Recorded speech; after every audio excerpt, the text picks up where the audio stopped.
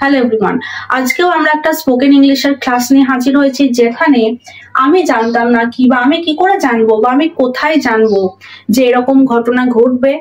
তো এই ধরনের সেন্টেন্স নিয়ে আমরা আলোচনা করব। যেমন, আমি কি করে জানবো আজকে তোমার জন্মদিন ছিল, বা ও কি করে জানবে কালকের পার্টি ওর জীবনের শেষ পার্টি হবে, বা আমি কোথায় জানতাম যে সে আসবে না। তো এই ধরনের সেন্টেন্স আমরা কি করে ইংলিশে বলবো। এক্ষেত্রে একটা যে ফ্রেজ ব্যবহার করা হয় সেটা হলো লিটল ডিড somebody know। এখানে somebody এটার পরিবর্তে আমরা যার কথা বলবো তার কথা এখানে লিখতে হবে। এখানে আমি জানতাম নাকি বা আমি কি করে জানবো এটা আমরা লিখছি, তাহলে এখানে somebody জায়গায় আমরা লিখবো I। Little did I know, বা যদি অন্য কারো কথা বলি তার কথা এখানে লিখতে হবে। এবং এখানে লিটল মানে নাথিং অ্যাট অল বোঝায়, নাথিং অ্যাট অল। তাহলে লিটল ডিড সামবডি নো এর মানে হলো স্পিকার একটা সিচুয়েশন সম্পর্কে কিছু জানে না। এমন একটা ঘটনা ঘটছে যখন হয়তো স্পিকারকে জিজ্ঞাসা করা হয়, তুই জানিস এটা এরকম হয়েছে, বা তুই জানতিস না এটা এরকম হয়েছে, কেন এটা করলি? তখন স্পিকার বলবে যে আমি থোড়ি না জানতাম যে এরকম হবে। অর্থাৎ স্পিকার এখানে বলতে চাইছে সেই সিচুয়েশন সম্পর্কে, সেই ঘটনাটা সম্পর্কে স্পিকার একদম অবগত নয়, আনঅ্যাওয়ার একদম। সেক্ষেত্রে লিটল ডিড সামবডি নো এই ফ্রেজটা ব্যবহার করা হয়, এবং মনে রাখতে হবে এটা সবসময় পাস্টে ব্যবহার করা হবে, পাস্ট টেন্সে। এবং এই সেন্টেন্স স্ট্রাকচারটি little did somebody know plus that বসবে, প্লাস সেন্টেন্সটি বসবে, এবং এটা পাস্টে হবে।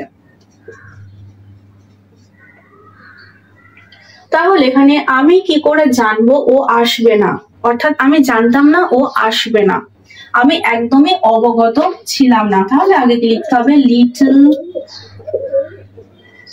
ডিড আই নো, আমার কথা বলেছি আই নো, এখানে ডিড বসিয়েছি সেই কারণে এখানে নিউ হবে না, নো হবে। Little did I know that ও আসবে না, ও আসবে না। তাহলে ও আসবে না, এক্ষেত্রে আমরা পাস্টে যেহেতু আমরা বলছি যে এই কথাটা পাস্ট সেন্সে বলছি, সেই কারণে উইল ব্যবহার করা হবে না, উড ব্যবহার করা হবে। He would not come. এখানে যেহেতু উড ব্যবহার করা হয়েছে সেহেতু এখানে ভার্বের ফার্স্ট ফর্ম বসবে।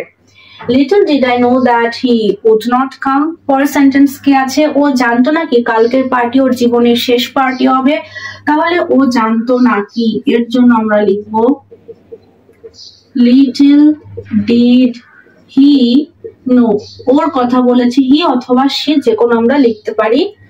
কালকের পার্টি ওর জীবনের শেষ পার্টি হবে, এটা তারপর দ্যাট বসাতে হবে। তাহলে কালকের party, the yesterday's party,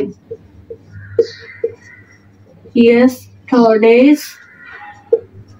party ওর জীবনের শেষ পার্টি হবে। তাহলে would B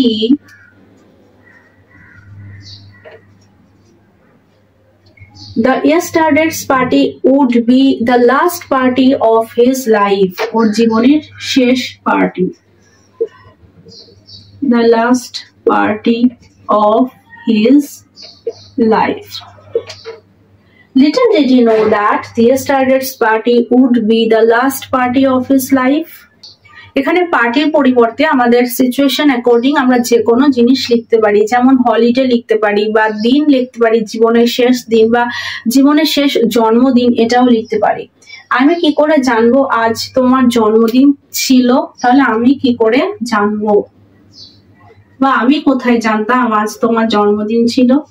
little did I know, তারপর দ্যাট বসবে।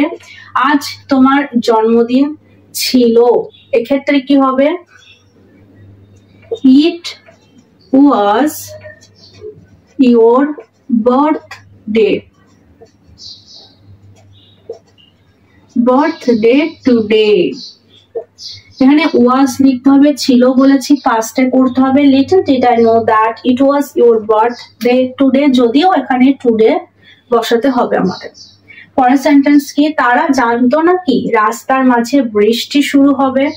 এখানে রাস্তার মাঝে বৃষ্টি শুরু হবে মানে এই নয় যে রাস্তার মাঝে হট করে বৃষ্টি শুরু হলো, এর মানে বোঝানো হয়েছে তারা জানতো না যে তাদের চলার পথে হঠাৎ করে বৃষ্টি শুরু হবে। তাহলে তাদের চলার পথের কথা আমাদের এখানে লিখতে হবে, তারা জানতো নাকি। লিটল ডিড দে নো হবে, তাদের কথা বলা হয়েছে। That it would rain, it would rain, এখানে উডের পরে বি ব্যবহার করা হবে না। It would rain on their way, on their way. Little did they know that it would rain on their way. So friends, আজকের সেশনে আমরা আমি জানতাম নাকি, সে জানতো নাকি, তারা জানতো নাকি এই ধরনের সেন্টেন্স নিয়ে আলোচনা করলাম, যেটা আমরা আমাদের ডেইলি লাইফে প্রায় ব্যবহার করে থাকি। আশা করি এই নিয়ে আপনাদের আর কোনো কনফিউশন থাকবে না, আপনারা নিজেরাই সেন্টেন্স বানাতে পারবেন এই ফ্রেজটি দিয়ে। তো দেখা হচ্ছে পরের সেশনে এরকম নতুন নতুন স্পোকেন ইংলিশের আরো ক্লাস নিয়ে, অবশ্য তার সাথে গ্রামার ক্লাসও থাকবে।